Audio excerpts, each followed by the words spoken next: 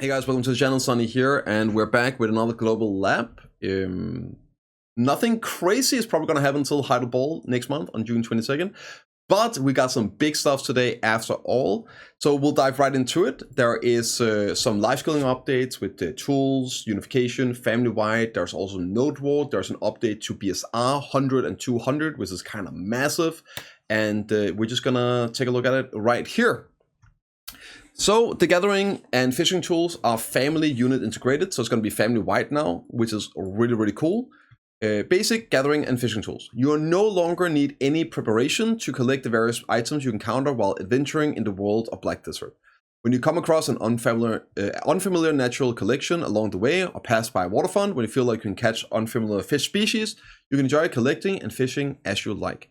We hope that more adventurers will be able to enjoy free adventure in the Black Desert world through simple gathering and fishing. So what they're doing here is basically putting them into our family tool. A change so you can enjoy sapping, hoeing, gathering, all that without having the tools equipped. So all of these are going to go into a new inventory. Okay, family gear equipment window. And this is pretty cool, right? This definitely is a step towards just actually having family gear, which is something I talked about in a video over a year. I think it's almost 2 years ago now. Having family-wide gear. You basically already have it except for weapons. They added, actually around half a year after I made the video, at Calthian Ball, they made universal weapons on BDO mobile. So it's something I've been coping and hoping that they would make like a unified gear so you can just use it on all the characters. You don't have to copy gear and everything. There's so many cool classes in the game. This is a huge step forward towards maybe that being a reality at one point. Maybe this Heidelberg Ball. So a gathering and fishing tool family equipment window has been added, where gathering and the tools are shared with all characters in the family. In addition to family creation of life levels, gathering and fishing equipment has been changed to family shared. So you can now enjoy gathering and fishing no matter which character you log into. However, remember, your mana gear is not included in this window, right? So again, like this could be something where in the future you would be able to do this similarly with your regular gearing window. So you could have all your life skilling gear available on all your characters as well. Preferably with the gear preset system that they are working on right now. Since gathering and fishing are now possible with basic tools without any additional tools, if the durability of the tool and fishing rod you're wearing exhausts, you can continue gathering and fishing using the basic tools. All right, so this is it. You see here you have like a new tab where you can switch over to a family-wide life skill and gear set. You can have all these items equipped, your fishing rod, harpoon, and all of that. And here's all the items you can have, right? You just open your bag, you put them in, you check them out like regular gearing, but this is for all your characters to use whenever you want to. So here's also an example. This is how gathering works currently with the bag that allows you to have multiple gathering tools in. You just go to where you can use this, and then you have the option to switch between. Same here, right? This is how it works right now for a tree, and then you can like mouse wheel it and switch it over if you want to. Okay, that's really cool. There's also here equip seasoned characters with life skill mastery gear. In the meantime, many adventurers have expressed their wish that seasoned characters could wear equipment related to life skill level. The options of these adventures were also reflected in the improvement of gathering and fishing tools. Now you can enjoy gathering and fishing using tools that increase your proficiency, mastery, regardless of whether you're a seasonal character or regular character. Okay. As the gathering fishing tools have been updated, seasoned characters have also been able to wear equipment related to the life skills. So there we go, right? Before, when equipment of the range was unequipped, equipment, blah blah blah. No equipment or clothes to be unequipped. Okay, you can wear it all now. Is what they're saying. Yeah, you can wear it all now for life skilling gear. That's pretty cool. And then this one here is pretty big actually. It's a revamping of the 200% abilities. We know they're reworking a lot of the 200% abilities. They showcased the warrior one in the dev talk that I also have a video on going over how they're changing the animations of it and like just changing it because it's old, it's bad, it's outdated. We don't know if they're going to change the numbers and damage and everything, but especially the visuals. So On a follow-up to that, they are now also changing the BSR buffs. You have the 100% and the 200%. Currently, the 100% ability is 30 AP and 20% attack speed, and it's going to stay that, but will now also give you 30% crit chance. So this right here is a buff for all classes that don't cap crit, like Socksurgers, Shies in PvE, and for PvP, there's like multiple classes that don't have full crit on. So this will be a pretty big buff having 30% crit. For classes like Awakening Warrior, which is crit capped at everything, it's basically nothing. So a relative nerf to some, I guess, and a relative buff to some classes. This change here. Now this is really cool. So the 200% BSR is gonna still, well, actually, it's gonna go from 50 AP and 40% attack speed to 55 AP, but it's gonna remain at 25 attack speed now. However, it will add 2000 HP and 50% crit chance.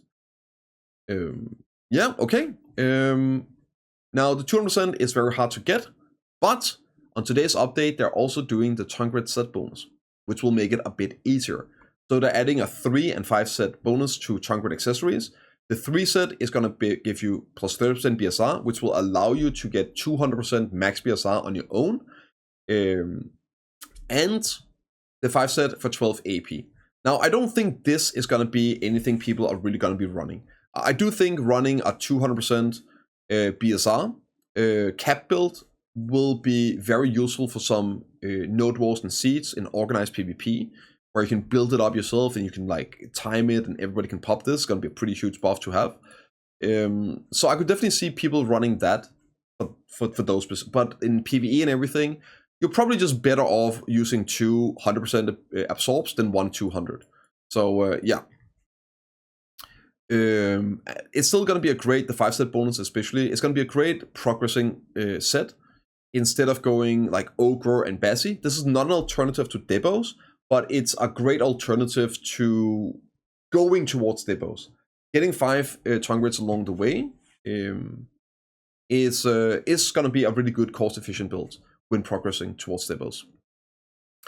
Next up, we got some Seal of Repayment. This is another really, really cool thing that they've been talking about.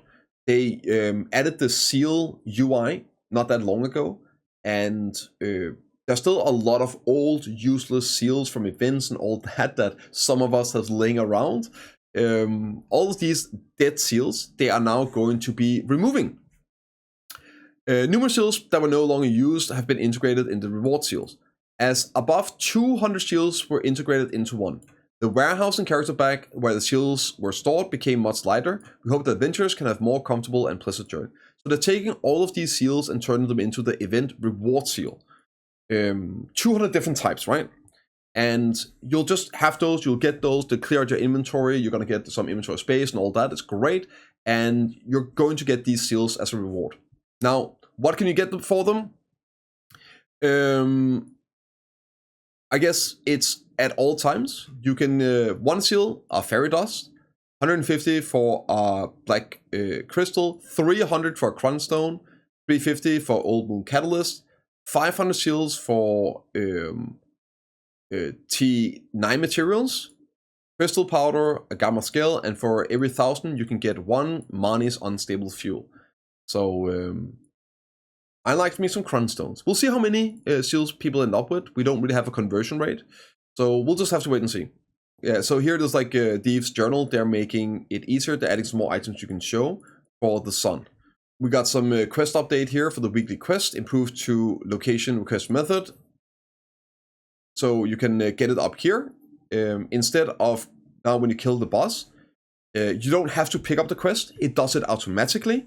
So I know some people that have been killing Garmoth, that was probably one of you, that haven't been picking up the quest, and you kill Garmoth several times a week, and all you get is some annoying knowledge and gold bars, right? And this is why there's a quest you pick up, and then you kill it, then you run back and turn it in. Now it's going to be like a zone quest, so you just have to be in the zone. You can kill Garmoth 3 times a week, right? And just refreshes. Way easier, way faster, not having to go back and forth, up and down, get caught on the stairs and everything. Nice, little quality of life. UI changes for here with the guild ward, just improving it. Now, for the actual guild ward, there is some updates here. The buff effect, which is one of the baseball rewards, which was added recently, has been changed to a more powerful one. It was a 10-hour buff that gave crazy like life skilling and AP for PvE and drop rate and everything. Really, really good buff for 10 hours. The effect is displayed as an icon at the top of the screen, like Value Pack or Karma Blessing. This is lit. This means it's for all your characters. This is such a good change. So it's applied to the entire family for 48 hours instead of 10 hours. Now, there was the difference before that you could open the scroll thingy, the box, and get the buff. You could save it. Now, I'm assuming it's going to insta-pop for 48 hours afterwards, but it's going to be family-wide. So potentially better. It's going to be easier, less abusable, like stacking them up and doing stuff like that. Honestly, great change. 48 hours, man. That's so good. The victory buff is applied to all members of the guild alliance, including battlefield heroes, including those participating in base war at the time of victory. Good. Yeah, it's 48 hours instead of 10 now. The buff effect, which is applied on family bases and has an increased duration, provides the goal of challenge higher bases battles while maintaining harmony with the guild members to maintain a powerful effect for a long time. Meanwhile, we hope that the more guilds will take interest in Node Wars to participate in the steps to grow. I think this is like a great step in the right direction. So it's a family-wide buff now for 48 hours, depending on what you're doing.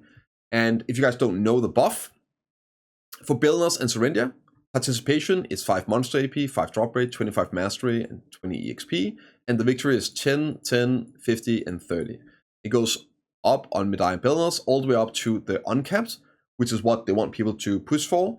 And we're talking 48 hours of 20 monster AP, 20 drop rate, 80 mastery, and 45 for participation. Now, participation requires you to get 100 kills and death combined, 100 kills or death combined, and control a fort at any point. So you have to fight. You can't just queue up and leech and just instigate the buff. You have to fight. You have to hold a fort for any amount of time. And then the victory, which is winning a fort, is 25 AP, 25 drop rate, 100 mastery, and 50 life skill. It is crazy. To give this into context, I'm pretty much hard capped right now.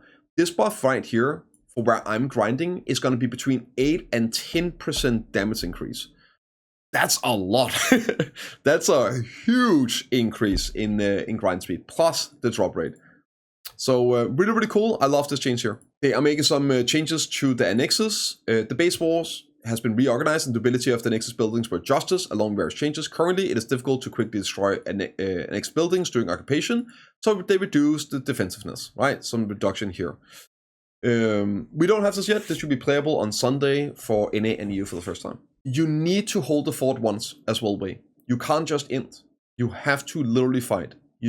Participation, they wrote, is getting a combined, at least 100 kill death combined, and control a fort for any amount of time. So you need to try and get a fort. Well, you don't need to win it, but just hold it for any amount of time. Okay, but then you're still playing the game, you're still fighting, you're still participating. Yeah, it's a lot better. This is a really, really good change. For systems here, currently, until we get this patch, if you're on Anonymous Archer, you can still lose crystals in PvP getting fed to mobs.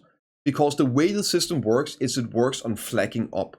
And on Anonymous Archer, you're not flagged up. You're like war targets or red players to each other. So it doesn't count for the crystal protection. It's like if you're out grinding and then somebody flags up on you and you feed them to mobs, they can still lose crystals. So they're fixing it to work as intended on Anonymous Archer. And then a bunch of like diary knowledge, more natural, improvement visual. You can check the list here. All in all, really solid patch today. I wasn't expecting anything. I have like 0 expectations on Global Lab until Heidel Ball. So this was a lot bigger, great quality of life stuff, really excited. And this family-wide life skilling gear makes me really, really excited for what they got cooking for Heidel Ball. We know that the all-in-one preset is coming. Maybe they got gear in there as well, so you can use it just like crystals on all your characters. I'm excited to see it. I'll see you all in the next one. Take care.